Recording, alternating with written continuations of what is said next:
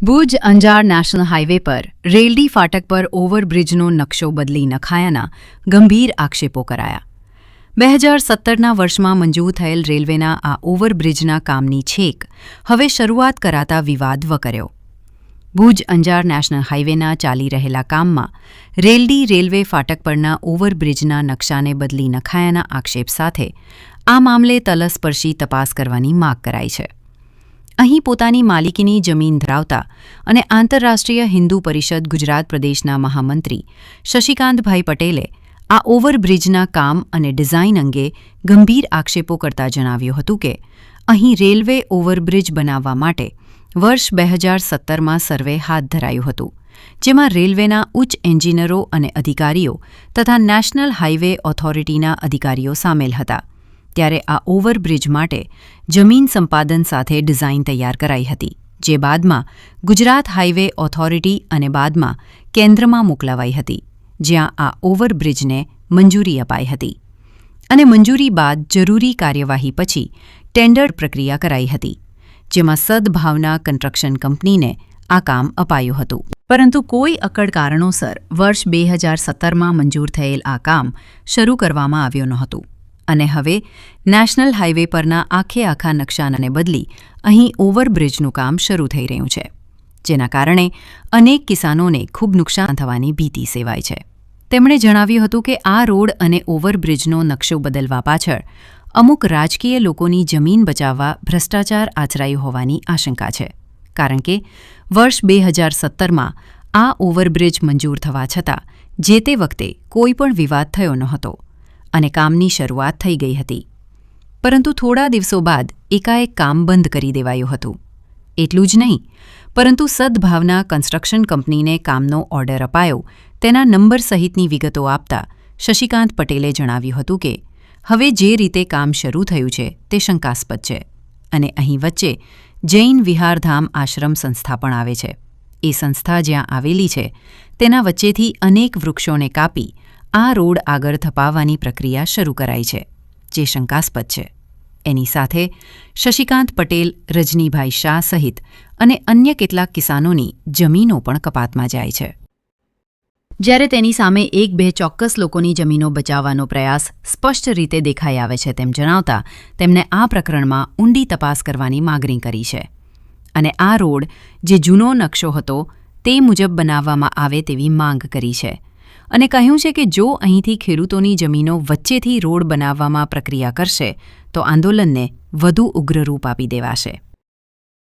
શશિકાંત પટેલ, આંતરરાષ્ટ્રીય હિન્દુ પરિષદ ગુજરાત પ્રદેશના મહામંત્રીની જવાબદારી છે અને અહીંયા હું અસરગ્રસ્ત કિસાન તરીકે છું. મારી અહીં ખેતીવાડી છે.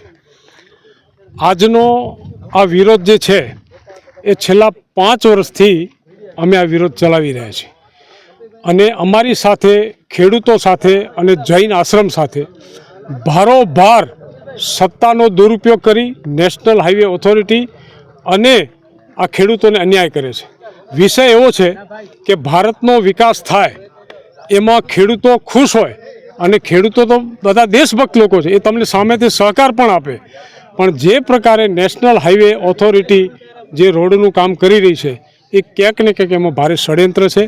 એમાં ભુજ તાલુકાનું આ જે રેલડી ગામ છે ત્યાં એક રેલવે ક્રોસિંગ આવે છે, ત્યાં રેલવે ઓવરબ્રિજ અર્થાત ROB બનવાનો છે. નેશનલ હાઈવે દ્વારા 2017માં એમના ઇજનેરો દ્વારા એ સ્થાનિકે રેલવે ક્રોસિંગ છે ત્યાં આવ્યા, ત્યાં માપ મેજર લીધા, ત્યાંની ડિઝાઇન તૈયાર કરી, ડિઝાઇન કર્યા પછી એનો મેપ બનાવ્યો, મેપ બન્યા પછી ગુજરાત નેશનલ ઓથોરિટીની ઓફિસમાં ગયો, ત્યાંથી ભારત સરકારમાં ગયો. આ એપ્રુવલ થઈ ગયું, એને મંજૂર મળી ગયું. એ મંજૂરીની આધારે નેશનલ હાઈવે ટેન્ડરો બહાર પાડ્યા અને એ ટેન્ડરોમાં સદભાવના કન્સ્ટ્રક્શન કંપની હતી, એને આ ROBનું કામ સોંપવામાં આવ્યું 2017માં અને એનો જે એ પ્લાનનો જે નંબર છે એ 01/148/2017-18 આ પરિપત્રથી એમનું ટેન્ડર મંજૂર કરવામાં આવ્યું. અહીંયા બ્રિજનું કામ કરવા માટે સદભાવના કન્સ્ટ્રક્શન કંપની સ્થાનિકે આવી ગઈ. એમાં જરૂરી ખેડૂતોની જે જમીન 3-4 ખેડૂતોની ખેતીની જમીન આવતી હતી એ જમીન સંપાદિત થઈ ગઈ એના રૂપિયા પણ ચૂકવાઈ ગયા, બધું થઈ ગયું. પાછું અચાનક તરત જ એ પ્રોજેક્ટ બંધ કરવામાં આવ્યો અને 7-8-9 મહિના પછી પાછું નેશનલ હાઈવે જાગૃત થયું અને હાઈવેથી 1.5 કિલોમીટર અંદર આવે છે, પાછા 1.5 કિલોમીટર બહાર જાય છે. આ પ્રકારે આ લોકો જે વ્યવહાર કરે છે અને જે નવો પ્લાન બનાવ્યો છે એનો સખત વિરોધ છે. ભુજ તાલુકાની, કચ્છ જિલ્લાની અહીંયા નાના નાના ખેડૂતો છે અને બધી બગાયત ખેતી છે. ક્યાંય દાડમની ખેતી છે, ક્યાંય નાળિયેરની ખેતી છે, ક્યાંય ખારેકની ખેતી છે, ક્યાં આંબાની ખેતી છે. અને જૈન આશ્રમ એ તો ભારતીય સંસ્કૃતિનું ધામ છે. એની વચ્ચોવચ અને નાના નાના જે ખેડૂતો છે એને પણ વચ્ચોવચથી લીધા છે. એટલે કોઈ પણ ભવિષ્યમાં બ્રિજ બને તો ખેતી કરવા માટે બચતા નથી. એટલે સત્તાનો દુરુપયોગ થયો છે. અમે પણ ભારતના નાગરિક છીએ, અમે કોઈ પાકિસ્તાન કે બાંગ્લાદેશના નાગરિક નથી. આ તો એવું વર્તન થઈ રહ્યું છે કે અમે પાકિસ્તાનના નાગરિક હોઈએ. તો અમે પણ દેશપ્રેમી લોકો છીએ અને અમને ભારત સરકારના માનનીય મંત્રી નીતિનભાઈ ગડકરી સાહેબને અમારી વિનંતી છે, કચ્છના કલેક્ટરને વિનંતી છે, જવાબદાર લોકોને વિનંતી છે કે આ બાબતે અમને ન્યાય મળે અને સત્તાનો જે દુરુપયોગ થઈ રહ્યો છે એને અટકાવી અને જે જૂનો પ્લાન છે, પહેલો પ્લાન છે 01-148-17-18 એ પ્રમાણે જ કામ થવું જોઈએ. પત્રકાર મિત્રો, આપ તો વિદ્વાન છો, આપ તો એકદમ જાણકાર છો.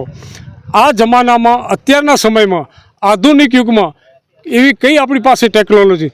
દરિયામાં 50 કિલોમીટર, 100 કિલોમીટર જો દરિયામાં અંડરગ્રાઉન્ડ 200 ફૂટ નીચે જો બ્રિજ બની શકતો હોય, આ તો જમીન ઉપર, આ તો કશું નથી. અંજાર તાલુકાનો ભીમાસરનો તમે બ્રિજ જુઓ, ધાંગધ્રાનો બ્રિજ જુઓ, કચ્છ જિલ્લાના નખત્રાણા તાલુકાનો જીયાપુરનો બ્રિજ જુઓ, મધ્યપ્રદેશમાં ધાર સિટી છે એનો તમે બ્રિજ જુઓ. આનાથી તો વિષમ પરિસ્થિતિ છે. ત્યાં પણ જો નેશનલ હાઈવે બ્રિજ બનાવી શકતી હોય તો અહીંયા શા માટે નથી બનાવતા? અને પ્લાન બની ગયો તો કે પ્લાન બનાવનાર કોઈ પત્રકાર મિત્રો હતા, કોઈ ખેડૂતો હતા? નેશનલ હાઈવેના ઇજનેરો જ હતા. આ લોકો જૂઠા છે, ખોટા લોકો છે. અને કલેક્ટર, જવાબદાર આઈએસ અધિકારીઓ પાસે પણ 3 સ્ટેટમેન્ટ એને અલગ અલગ આપ્યા છે. આ પણ શંકાસ્પદ છે. બહુ મોટો વ્યાપક ભ્રષ્ટાચાર થયો છે. એટલે આ ભ્રષ્ટાચારને રોકી અને ખેડૂતોને ન્યાય મળે એના માટેનું અમારું આ આંદોલન છે. ભારત માતા કી જય. જય જવાન, જય કિસાન. હું રજનીકાંત રતિલાલ શાહ, હું ભુજમાં રહું છું. મારી વાડી એટલે મારું વિહારધામ છે, જેમાં જૈન સંપ્રદાયના કોઈ પણ સાધુ સંતો હોય, કોઈ પણ સંપ્રદાયના હોય, એના માટેનું અમારું આખું વિહારધામ છે. ત્યાં દેરાસર છે, ઉપાશ્રય છે અને ગૌશાળા છે. અમારી પ્રવૃત્તિ માત્ર સેવાની પ્રવૃત્તિ છે. છેલ્લા 20 વર્ષથી અમે આ કરીએ છીએ, પરંતુ છેલ્લા 5 વર્ષથી નેશનલ હાઈવે વાળા જે લોકો છે એમણે અહીંથી એક નવો રોડ બનાવવાનું શરૂ કર્યું છે. તો હકીકતમાં જે રોડ છે ને, જૂનો રોડ, એ લોકો જે પ્લાન પાસ થયું હતું એ પ્લાન આખો ફેરવી નાખ્યો છે. સીધો પુલ ઉપરથી, આ ફાટક ઉપરથી રોડ જતો હતો, એ રોડ એમને કેન્સલ કરી અને નવો રોડ બનાવવાનું એક પ્રપોઝલ એ લોકો મૂકેલી છે, જેનો અમારો વિરોધ છેલ્લા 5 વર્ષથી ચાલે છે. કારણ કે અમારો જૈન સંકુલ એમાં આવી જાય છે. અમારા સમગ્ર જૈન સમાજની લાગણી એમાં ખૂબ દુભાય છે. કારણ કે આમાં આખો જૈન સમાજ છે, મારું પર્સનલ નથી. ટોટલી જૈન સંપ્રદાય હોય, એના જૈન સાધુ સંતો ભગવંતો જેટલા છે બધા માટેનું વિહાર સ્થાન છે. એ લોકોથી સાઈડમાંથી તોડી અમારો સાધ્વીજી ભગવંતનો ઉપાશ્રય છે એ તોડવા માંગે છે. અમારો સખત વિરોધ છે કે છેલ્લા કેટલાક વર્ષથી ક્યાંક ખોટું પગલું છે. સાથે 18 થી 19 નાના ખેડૂતો આવી ગયા છે અને રસ્તો એવી રીતે કાઢે છે કે બધાની વાડીઓ જે છે એનીથી વચ્ચેથી રસ્તો નીકળે છે, એટલે કોઈને વાડી કામ આવે એમ નથી. એ ગ્રીન પટ્ટો છે, અહીં બધાનો આજીવિકાનું સાધન છે. એટલે અમારો સખત વિરોધ છે કે આ રસ્તો જૂના પ્લાન પ્રમાણે કાઢવાની કોની ના નથી. બધા લોકો જમીન સંપાદન કરવા પણ તૈયાર છે, પ્લાન ઉપર બધા રાજી પણ છે. પણ જે જૂનો નકશો છે, જે પાસ થયેલો છે, એ નકશા ઉપર જ કામ થવું જોઈએ, એ મારી માંગણી અને લાગણી છે. તો આ માંગણી અને લાગણી તમે નેશનલ હાઈવે સુધી પહોંચાડવા માટે આપ સૌને હું ખાસ ભલામણ કરું છું. મારું નામ છે રમેશભાઈ પરમાર, કુકમા કિસાન સંઘ પ્રમુખની જવાબદારી નિભાવી રહ્યો છું. આજે શું માંગ લઈને આવ્યા છો? આજે અમારી માંગ તો લગભગ આજે છેલ્લા 4 વર્ષથી ચાલે છે. અમે કચ્છ જિલ્લા વતી ભારતીય કિસાન સંઘે કચ્છ જિલ્લા કલેક્ટરને આવેદનપત્ર આપેલું હતું, લેખિતમાં આપેલું છે અને મૌખિક પણ બેઠક કરીને વાત કરેલી, પણ વારંવાર કલેક્ટરની બદલી થઈ જાય છે અને આ કામ પાછું ગૂંચવણમાં પડી જાય છે. અમારું માંગણી એ છે કે જૂનો પ્લાન છે, જૂના પ્લાન ઉપર રસ્તો બેસે છે, પુલ બેસે છે. જૂના પ્લાનની જમીન જે ખેડૂતોની આવતી હતી એને સંપાદિત કરી નાખી છે.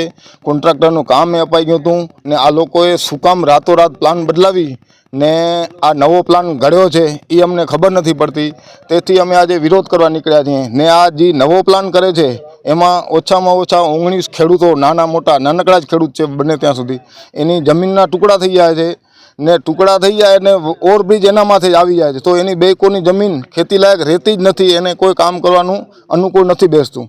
તો અમારો સરકારશ્રીને એક જ નિવેદન છે કે તમે જૂના પ્લાન ઉપર લઈ જાઓ. જૂના પ્લાન ઉપર જમીન પણ સંપાદિત કરેલ છે, ખેડૂતોએ મંજૂરી આપી છે, તો એ કામ સરળ બનશે, તો ખેડૂતને અગવડ ન થાય. ને બીજું કે ખેડૂત આજે આ જે જગ્યા કપાવવાની છે નવા પ્લાનમાં, એ બધો ઝાડી વિસ્તાર છે, જેને કંઈ બાગાયત વિસ્તાર છે. બાગાયત વિસ્તાર છે, અનુકૂળ જમીન છે ને સારી, અને જમીન હોવાથી ઉપજાઉ પણ છે ને સારી રીતે ખેતી થઈ શકે છે.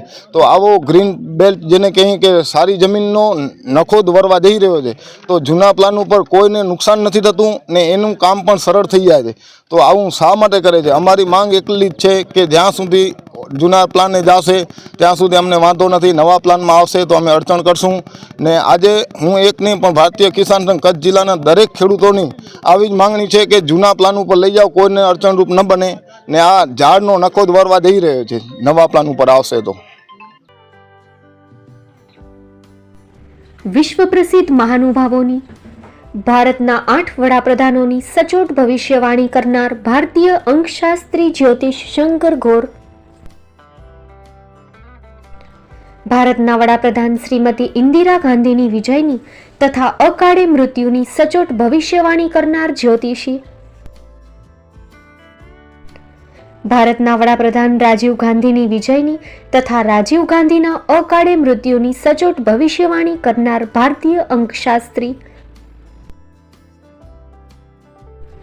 ભારતના વડાપ્રધાન નરેન્દ્ર મોદી 2014માં વડાપ્રધાન બનશે અને લાંબો સમય શાસન કરી 2024માં જીતની હેટ્રિક કરશે તેવી 12 વર્ષ અગાઉ સચોટ ભવિષ્યવાણી કરનાર વિશ્વના પ્રથમ ભારતીય અંક જ્યોતિષી,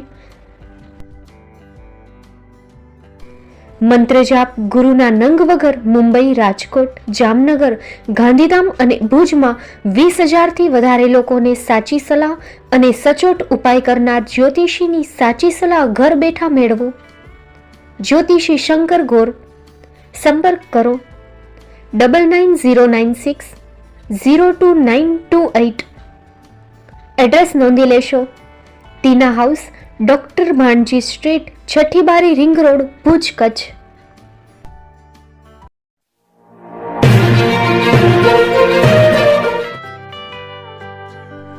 મુંબઈમાં ખૂબ જ જાણીતું નામ એટલે બોમ્બે સ્ટીલ. અહીંથી તમને મળશે ઘર વપરાશના તમામ વાસણો, હોટેલવેર, કેટરિંગને લગતી દરેક પ્રકારની વસ્તુ હાજર સ્ટોકમાં. Dinner set, mixer, pressure cooker તેમજ દરેક પ્રકારના સ્ટીલના અવનવા વાસણો ખરીદવા માટે વિશ્વાસપાત્ર સ્થળ. સાથે વાસણોની ફેન્સી વેરાયટીઓ હાજર સ્ટોકમાં. મુલાકાત લ્યો Bombay steel exclusive showroom. Export અને હોલસેલ ભાવે વાસણો મળશે. નંબર નોંધી લેશો: જગદીશભાઈ પટેલ, 9221870713, 02266747625. મારુતિ જોગડે, 9930864095. Website www.thebombasteel.com. અમારું સરનામું નોંધી લેશો: Bombay steel, shop number 16-18, Godiji building, Tamba Kanta, Payguni, Kalba Devi road, Mumbai 400003, Maharashtra.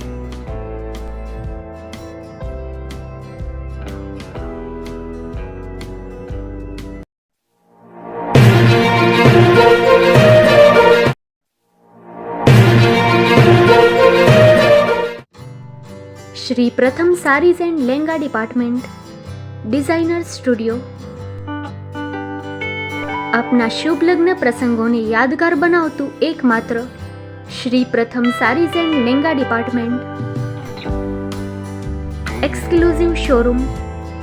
અહીંથી તમને મળશે fancy bridal chaniya choli, cider chaniya choli, readymade gown, fancy dress materials and readymade dress તેમજ અનેક અલગ અલગ વેરાયટીઓનો ખજાનો. મુંબઈ દાદરમાં વિશ્વાસપાત્ર સ્થળ. અમારું સરનામું નોંધી લેશો. Shop number 5-6 and room number 11-12-123, Hariram mansion, bank of મહારાષ્ટ્રની સામે, દાદા સાહેબ ફાલ્કે રોડ, દાદર ઈસ્ટ, મુંબઈ, મહારાષ્ટ્ર. સંપર્ક કરો વિપુલભાઈ જે વ્યાસ. Mobile number 9769781930, 9082438586. તો તમે રાહ કોની જુઓ છો? આવો, તમારા પરિવાર અને મિત્રને પણ સાથે લઈ આવજો.